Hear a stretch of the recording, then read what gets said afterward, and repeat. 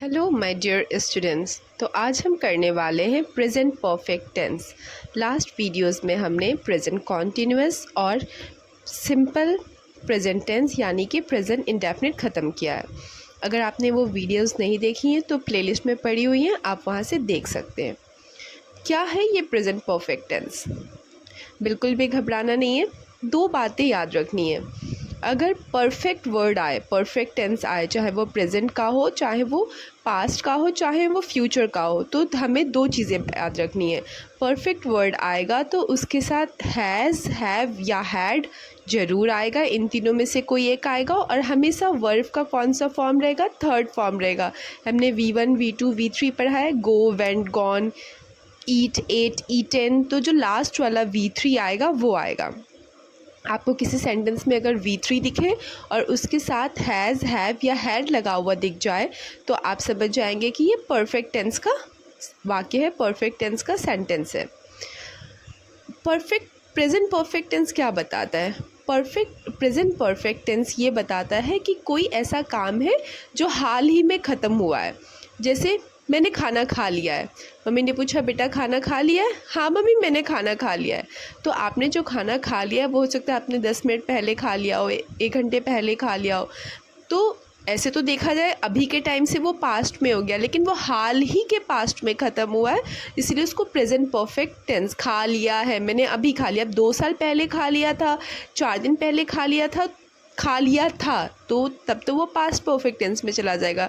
लेकिन मैंने कहा हाँ मैंने खा लिया है, मैंने लिख लिया है, ठीक है, पापा बाज़ार जा चुके हैं, तो ये सारे किस में आते हैं? प्रेजेंट परफेक्ट टेंस में। जो वाक्य जिनकी हिंदी में क्या क्या है? चुका है, लिया है, ली है, दी है, की है, ली है इत्यादि, ऐसे वाले सेंटेंसेस किसके होते हैं? Present perfect tense. हमें ये पता है कि 4 टाइप के सेंटेंस होते हैं। पहला होता है एफर्मेटिव, मतलब नॉर्मल सेंटेंस, ना वो निगेटिव है ना वो इंट्रोगेटिव है। नॉर्मल जो भी सेंटेंस, मैंने खाना खा लिया है, नॉर्मल सेंटेंस है, तो उसे कहते हैं एफर्मेटिव। दूसरा निगेटिव, वो वाक्य जिनमें नहीं का प्रयोग हो, नॉट का प्रयोग हो, उन्हें कहते हैं निगेटिव। तीसरा क्या है? इंट्रोगेटिव। इंट्रोगेटिव मतलब जिसमें क्वेश्चन पूछा जाए, और निगेटिव इंट्रोगेटिव मतलब जिसमें क्वेश्चन भी पूछा जाए और नहीं का भी प्रयोग हो। चारों के अपने अपने रूल हैं, डरना नहीं है, एक एक करके देखेंगे। तो किसी भी टेंस का सबसे पहला रूल क्या होता है कि सब्जेक्ट को लेके आना है। अगर वो इंट्रोगेटिव नहीं है तो सबसे पहले क्या है? सब्जेक्ट को लेके आना है। सेंटेंस में जिसके बारे में बात की है वो सेंटेंस, सब्जेक्ट। उसके बाद क्या आएगा? हैज़ या हैव, फिर वर्ब की third form plus object. Affirmative का रूल क्या है? पहले आप सब्जेक्ट लिखेंगे, फिर हेल्पिंग वर्ब हैज़ या हैव होगा, फिर वर्ब का थर्ड फॉर्म होगा, फिर ऑब्जेक्ट होगा। अब कहाँ पे हैज़ होगा, कहाँ पे हैव होगा? तो मैंने आपको पहले भी कहा है, बार बार कहती हूँ कि जैसे हम टेबल्स याद कर लेते हैं मैथ्स के लिए, वैसे ही हमें पर्सन चार्ट याद होना चाहिए इंग्लिश ग्रामर के लिए। और अगर आपने लास्ट सीरीज़ देखी है तो आपको पता है हैज़ में क्या है? लास्ट में ऐसे जितने भी एस वाले हेल्पिंग वर्ब होते हैं वो आते हैं थर्ड पर्सन सिंगुलर के साथ। मतलब अगर हमारा सब्जेक्ट थर्ड पर्सन सिंगुलर है तो कौन सा हेल्पिंग वर्ब यूज़ होगा? हैज़ यूज़ होगा। और इसके अलावा अगर हमारा सब्जेक्ट कुछ भी है, first person singular, first person plural, second person singular, second person plural या फिर थर्ड पर्सन प्लूरल, इन सब के साथ किसका यूज़ करेंगे? हम हैव का यूज़ करेंगे। अगर आपने थर्ड पर्सन सिंगुलर याद रख लिया, और अगर आपने याद रख लिया कि थर्ड पर्सन सिंगुलर के साथ क्या यूज़ होता है, वो सारे हेल्पिंग वर्ब यूज़ होते हैं जिसमें क्या लगा हो? लास्ट में एस लगा हो, जैसे कि इज़, डज, वर्ब में एस ई एस इंडेफिनिट में यूज़ करते हैं ना, ये सारे किसके साथ होते हैं? थर्ड पर्सन सिंगुलर के साथ। फिर वर्ब का थर्ड फॉर्म जो भी वर्ब दिया हो और प्लस ऑब्जेक्ट। एक एग्जाम्पल देखते हैं। उसने मुझे धोखा दिया है, लास्ट में क्या है? दिया है। एफर्मेटिव का है, नॉर्मल सेंटेंस है। सब्जेक्ट कौन है? उसने। अब वो लड़का है तो ही हो जाएगा, अगर लड़की ने अगर दी है तो क्या हो जाएगा? शी हो जाएगा, ठीक है। हम जनरली लड़की के लिए भी दिया है बोलते, बट दी है होना चाहिए था। तो अब हम बात करें शी या ही के बारे में, तो सब्जेक्ट क्या हो गई? शी या फिर ही मान लीजिए, ठीक। अब देखिए इसके साथ हेल्प क्या है? सब्जेक्ट के बाद हैज़ या हैव में से किसी एक को चूज़ करना है। हमारा सब्जेक्ट क्या है? शी है मान लीजिए, तो क्या होगा शी के साथ? हैज़। शी हैज़, धोखा देने को क्या कहते हैं? धोखा देने को चीट बोलते हैं या डिसीव बोलते हैं। तो चीट लिख लिया, और चीट V3 क्या होता है चीट का? Cheat, cheated, cheated. ठीक है, तो she has cheated on me, cheated के साथ प्रीपोजिशन ऑन आता है। She has cheated on me, मुझे को क्या हो जाएगा? मी। और क्या हो सकता है? She has deceived me, deceive का मतलब भी क्या होता है? धोखा देना। अब हम बनाते हैं निगेटिव।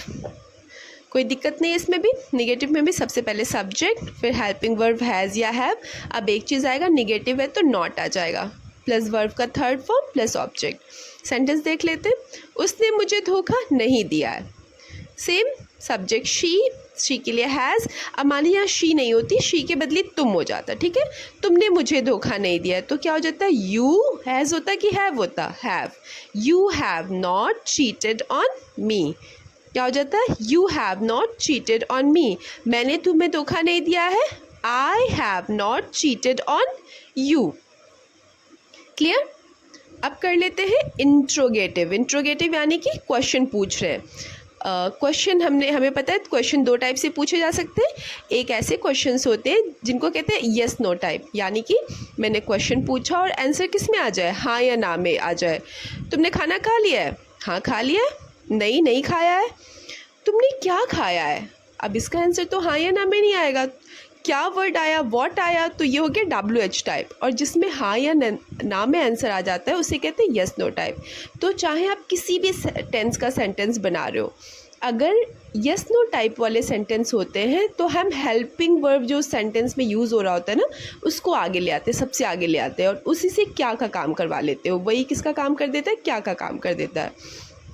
क्वेश्चन बना के देखते हैं। इसका पहले रूल पढ़ लीजिए। अगर WH टाइप वाले हैं जिसका आंसर हाँ या ना में मिल रहा हो, तो पहले वो WH वर्ड आएगा, has, have, subject, V3 plus object. अब देखिए इंट्रोगेटिव के एग्जांपल्स बनाते हैं। क्या आपने कईयों को गुमराह किया है? इसका आंसर हाँ या ना में आ सकता है ना। क्या आपने कईयों को गुमराह किया? नहीं भाई, मैंने तो नहीं किया है। हाँ भाई किया है। तो क्या आपने, आप मतलब यू हुआ ना। अगर इसको हम इंट्रोगेटिव ना बनाए, पहले नॉर्मल बनाए, तो क्या हो जाएगा? You have misled many. ये मिसलेड क्या है? V1 है, और ये मिसलेड क्या है? V3 है। इसलिए मैंने लिखा है ताकि आपको पता चले ये इनकरेक्ट है, this one will be there. Have you misled many. ठीक, अब हमें बनाए क्या तुमने कईयों को गुमराह किया है, तो हैव कहाँ जाएगा? पहले आ जाएगा। Have you misled many. ये तो हो गया यस नो टाइप। अब हमें बनाना है कौन सा बनाना है? WH type. आपने कौन कौन सी फिल्में नहीं देखी है? हाँ भाई नहीं हाँ या ना में तो आंसर नहीं आएगा, हमें बताना पड़ेगा कौन कौन सी नहीं देखी है। तो ये कौन सा वाला है? WH टाइप है। तो कौन कौन सी के लिए कौन सा वर्ड आता है? Which all. कौन कौन सी? Which all. Which all movies have you not watched या फिर सीन। विच ऑल मूवीज़ है, ये आपका हो गया। सब्जेक्ट क्या है? पिक्चर के बारे में बात हो रही है। सब्जेक्ट कौन है? पिक्चर है इसमें ना। आपने कौन कौन सी मूवीज़ नहीं देखी, आपके बारे में बात नहीं हो रही है, तो मूवीज़ सब्जेक्ट हो गया, WH वर्ड। फिर हमारा सब्जेक्ट, मूवीज़ क्या है? मूवीज़ है थर्ड पर्सन प्लूरल, एक से ज़्यादा चीज़ें, मूवी की बात नहीं हो रही है, तो मूवीज़ के लिए क्या आया? Have. Which all movies have you not watched या फिर सीन। अब मैंने दो क्वेश्चंस आपके लिए रखे हैं, या आप बनाएंगे, मुझे कमेंट करेंगे, और फिर मैं नेक्स्ट वीडियो में इनका ट्रांसलेशंस आपको बताऊंगी। हमें किस किस ने कॉल किया है, ये WH टाइप है। वह रामायण पढ़ चुका है, ये अफर्मेटिव सेंटेंस है। बनाइए, बना के कमेंट कीजिए।